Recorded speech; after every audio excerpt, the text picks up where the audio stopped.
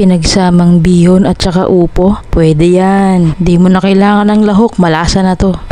Kailangan lang natin dito ng bihon, ng upo, sibuyas, bawang, nor cubes kahit anong flavor gusto nyo, tapos paminta. Huwag ka na maghanap ng lahok dahil wala talagang lahok to. Hipon cubes lang yung gamit ko dito. Tamang gisa nga lang ng sibuyas at saka ng bawang hanggang sa lumabas yung kanyang amoy. Alam nyo ba, hindi ko alam pero gustong gusto ko talaga yung amoy nito. Sinama ko na nga sa paggisa yung hipon cubes hanggang sa matunaw to. Syempre pampalasa yan. Imagine nyo na lang meron totoong hipon kahit wala naman. Pero alam nyo ba, mula nung natikman ko tong luto na to, palagi ko na rin tong nare-request kay mama kapag may upo. Lalagyan nga lang pala natin to ng tubig na sapat.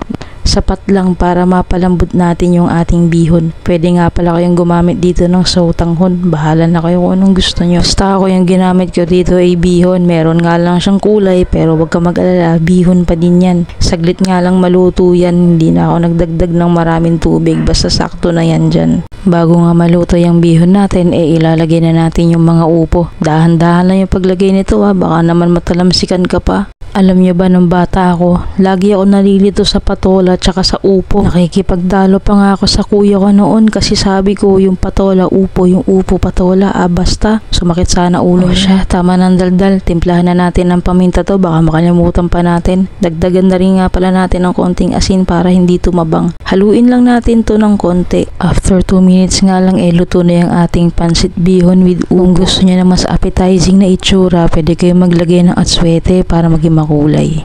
Tara, kain na po tayo. Ito, di ko naalisin dito kasi uubusin ko din naman ito. Wala nga pala akong tinidor, no?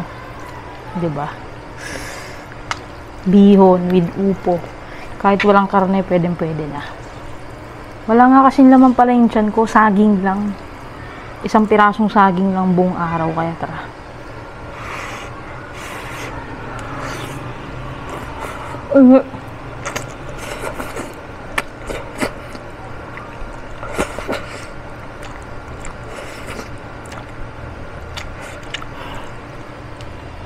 Init.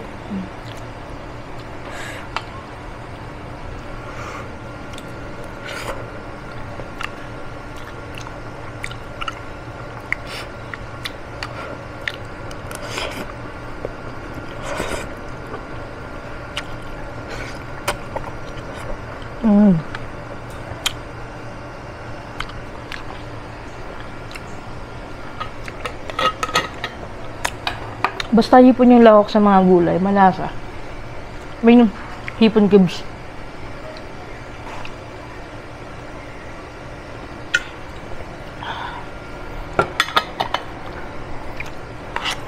Upo.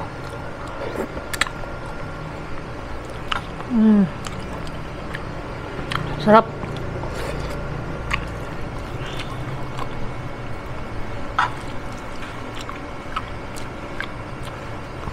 Alam niyo ba tong upo? Pwede siya kahit laga lang. Yun lang, ilalaga mo lang. Tapos papapakin mo na.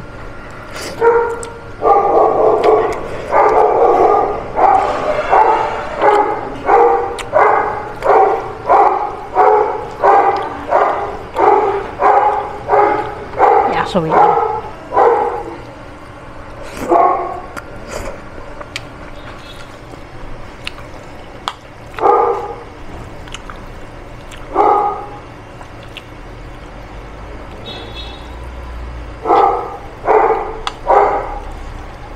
Hirap ko lang tinidor.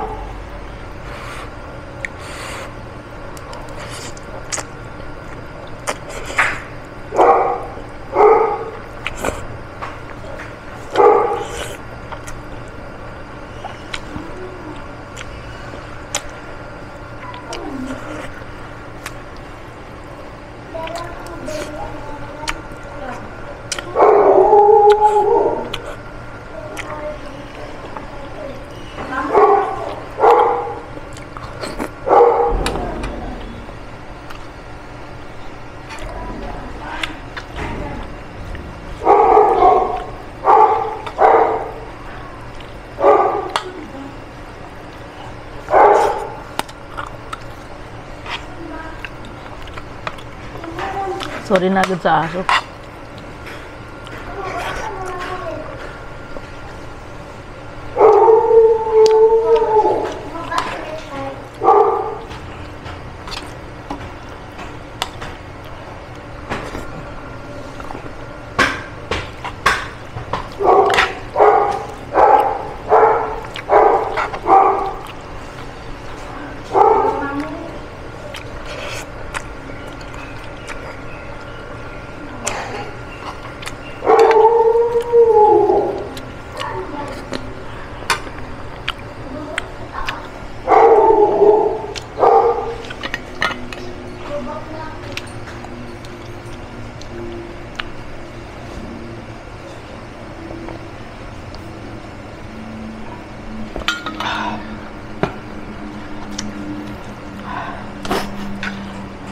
Wag na wag niyong i-overcook yung upo. Hindi masarap.